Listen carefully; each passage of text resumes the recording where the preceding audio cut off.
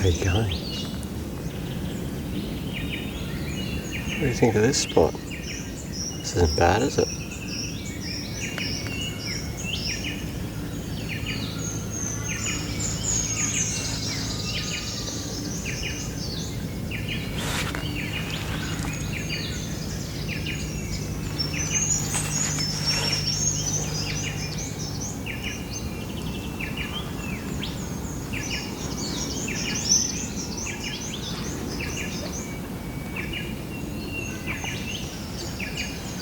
What we're looking at this morning is the inlet. We won't get to see it like this for very much longer though.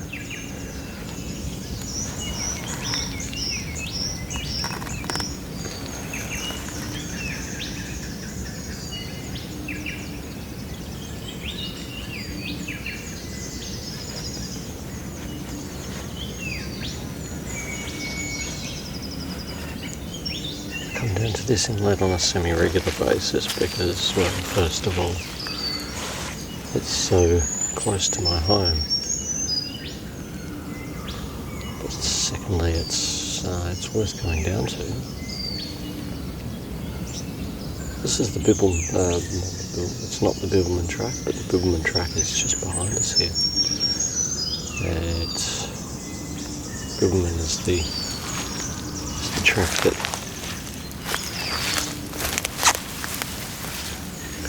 the walking track that extends from Perth to Albany.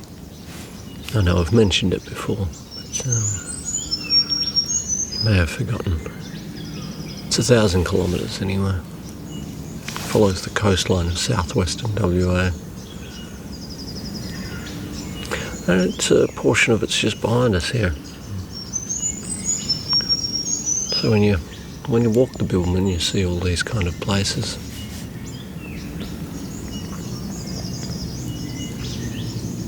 This beauty. And the reason it's not going to be seen like this for very much longer is the reason it gets this much water in it is because over the winter the rains fill it up. It has no direct access to the ocean.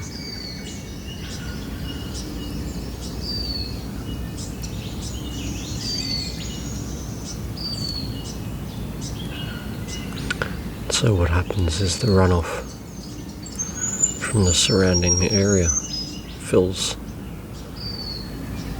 the inlet, and right now it's about at its highest point. This area directly in front of us quite often for most of the year is actually dry, and you can it's actually a car turnaround point.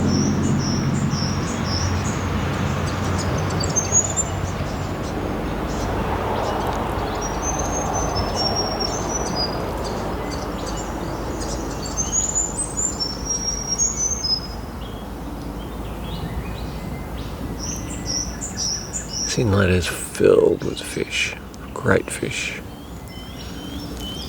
It's a terrific spot for fishing.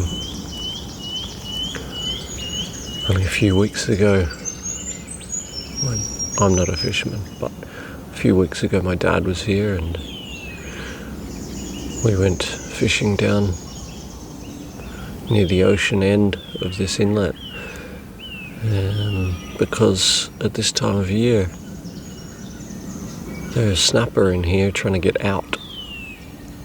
This is the breeding grounds for snapper, pink snapper.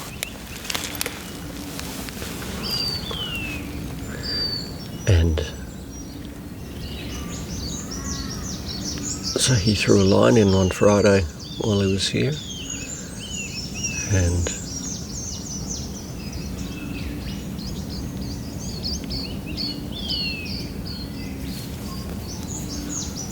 when I finished work, I got a message from him showing 3 fish and saying, "Come down and join the fun." So I did.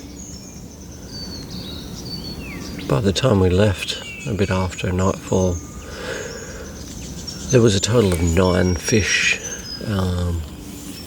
in our capture. We had to throw 4 of them. Had to throw 4 of them back. You've got a bag limit of 2 per person. There were 3 of us there.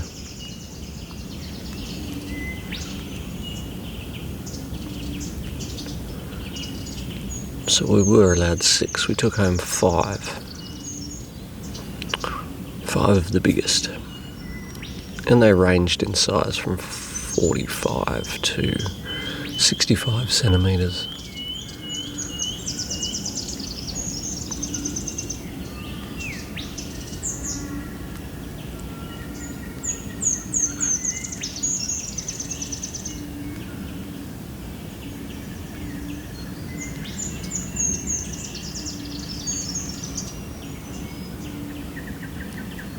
We ate one that night. Obviously very tasty. We froze the rest. Dad took them home with him.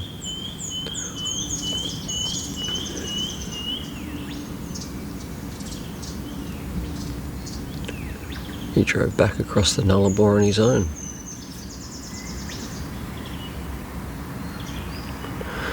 So yeah, we had now that I'm thinking on that, we had the Nullarbor trip, the road trip videos. We met us in Morgan, and then in Ceduna, and then in Balladonia. And this is basically the we made it home, or I made it home video. Are you joining us back in the southwest of Western Australia?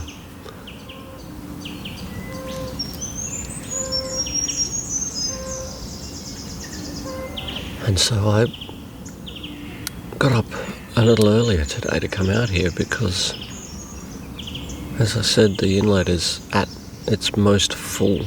It's a couple more good rains, and those ducks flying past just reminded me of a video game. I think it was on the original Nintendo Entertainment System, the good old NES, and they had Duck Hunt, if you remember that one. And yeah, this inlet's probably only a couple of rains away from flooding the road down near the ocean there. The road that goes down to the ocean, that is.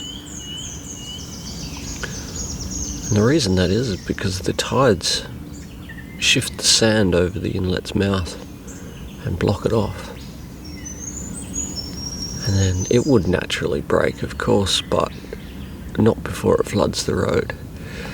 So in a few hours from now, the Department of Environment, whatever it is, the agriculture, the waterways, the department that controls the waterways, they're going to have a digger down there at the sandbar, and they're going to dig it open. I think it's about 11 a.m. right about the time when I'm going to finish work, but I'm going to be working 40 minutes away, so I'm going to drive from work and I'm going to go straight down there, and I've never seen it before. I've never seen them do it, so the snapper will be happy, I know that.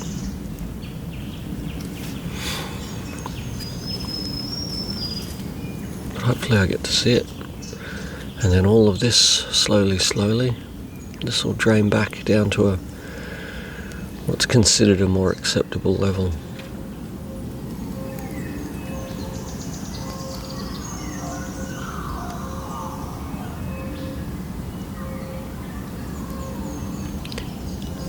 And as we're coming into spring,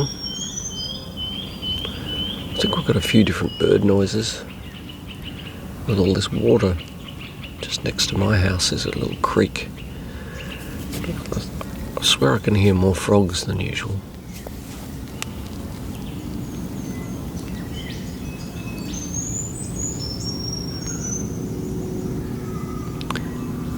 You can hear the ocean from here. The oceans are just on the other side of those hills in front of us. Wow. That's a peninsula. That's not a landmass. It's a peninsula, so... But the sound that we hear, I reckon it's just echoing off those hills to the left. But yeah, depending on which way the wind's carrying, or if it's not at all like this morning, you can always hear the ocean crashing.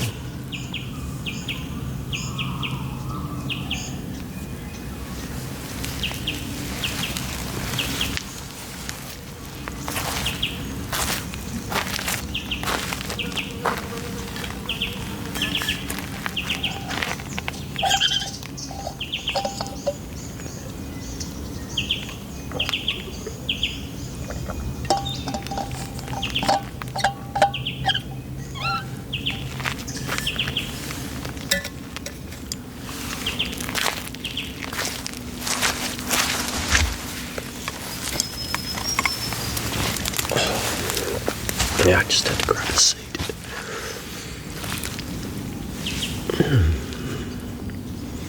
Might as well grab a seat and enjoy the ambiance.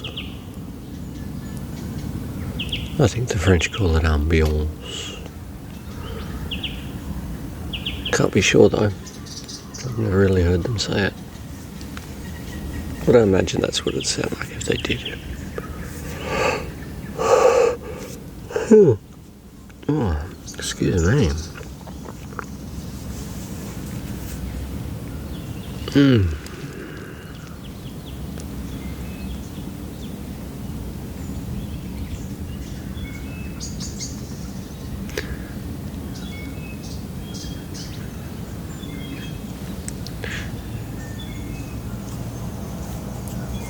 I've just applied for a new job.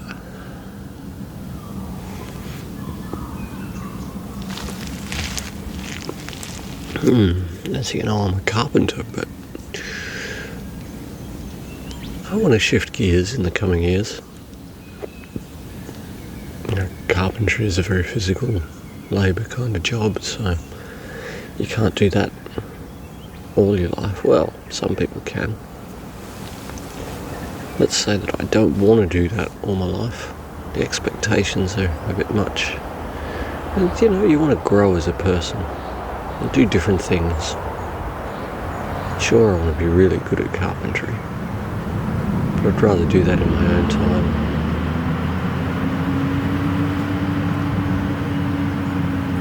Just applied down at the local high school for a job as a pre-apprenticeship trainer.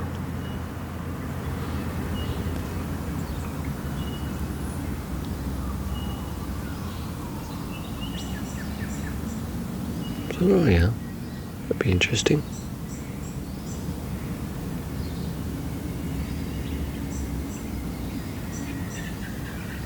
Let's see how it goes anyway.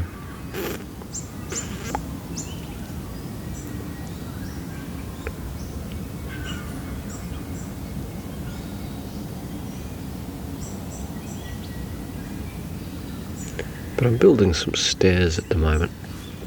That's an interesting job. It's always interesting when it's not your speciality.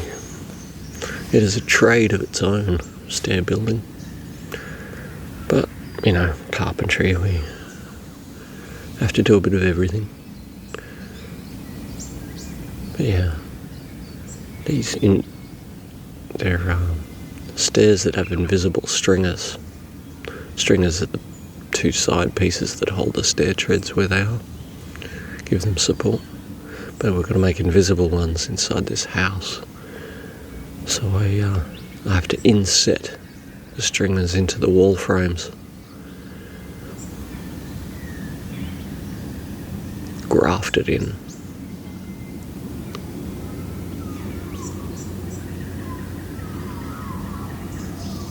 So first of all I have to work out the pitch of the stairs, the number of treads.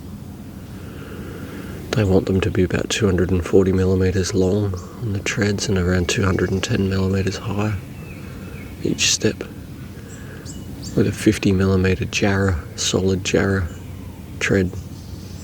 So you have to work out exactly where each one's going to go before cutting the timber.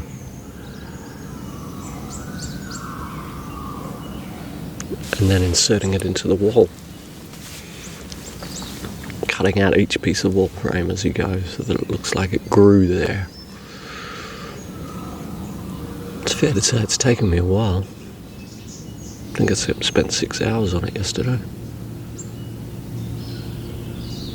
Probably more than halfway through it though.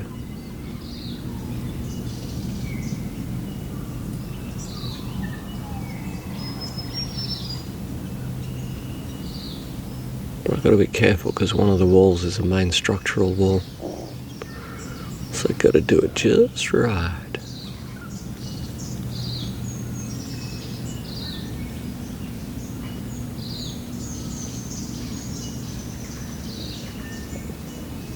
And then the house will be just about ready for insulation and gyprock.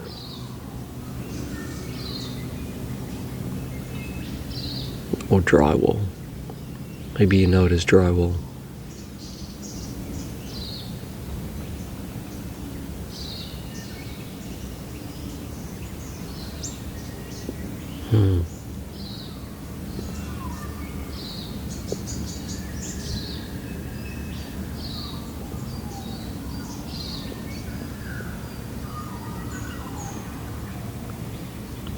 See the birds in our yard are building nests.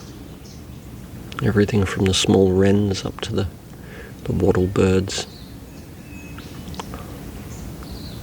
We had a bird on our doorstep this morning and he was plucking the straw out of the mat on the floor.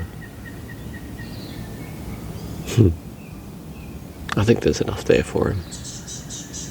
We can spare a few strands of straw, or whatever it's made of.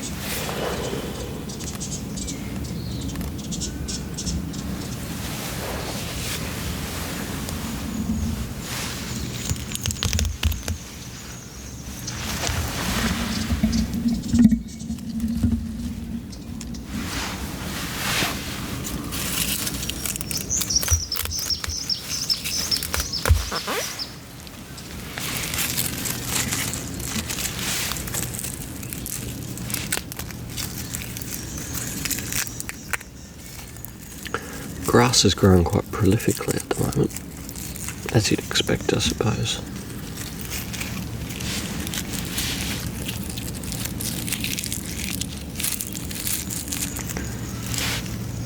Oh, what a shame he wasn't flying lower. Big pelican just flew past overhead. Don't think we caught it on the camera there.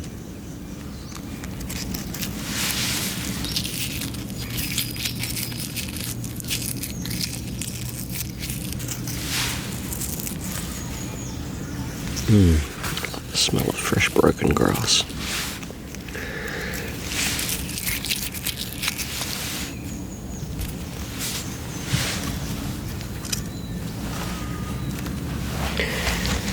It's a shame that this, being so close to my house, that this water is estuary water.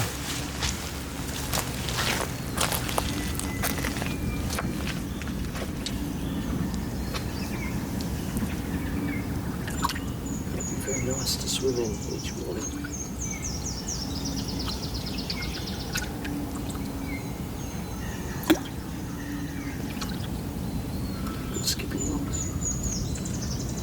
don't think it's a good skipping rock.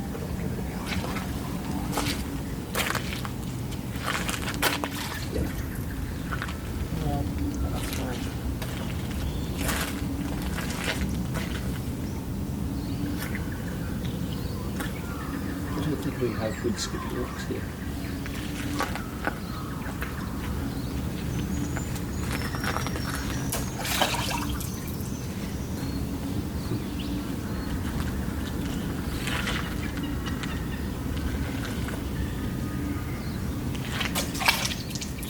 Not really.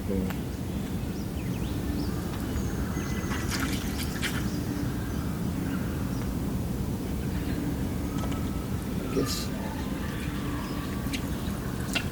if you could skip a round rock, then you probably could.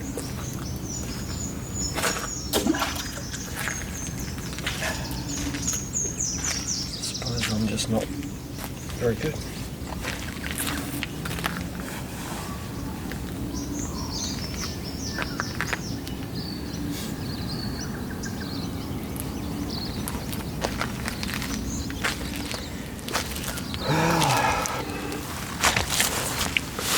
I suppose I should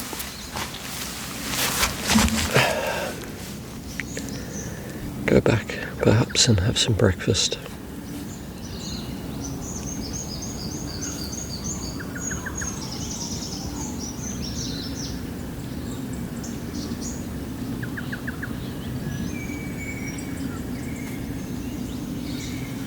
Parrots are starting to wake up. I can hear the 28 parrots. They're the ones that go shh, shh. They make that call amongst others, but that's one of their calls.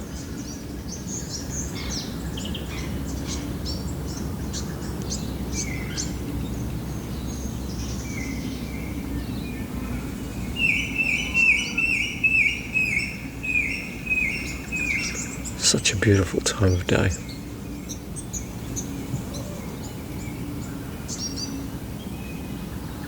As hard as it is to get out of bed in the morning, this is the reward.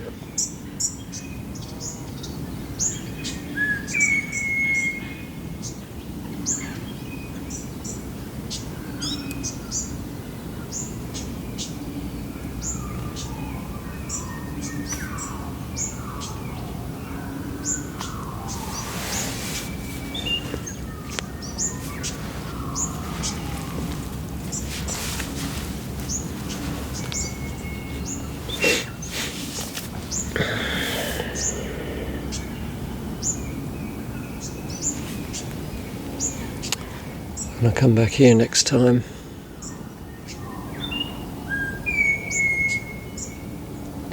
I expect that all of this water will be gone, or just the water in front of us where I was skipping the rocks.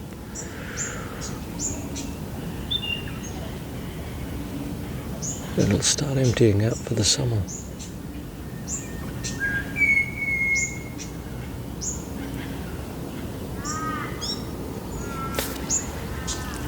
Alright, it was good to see you. I hope you've been well.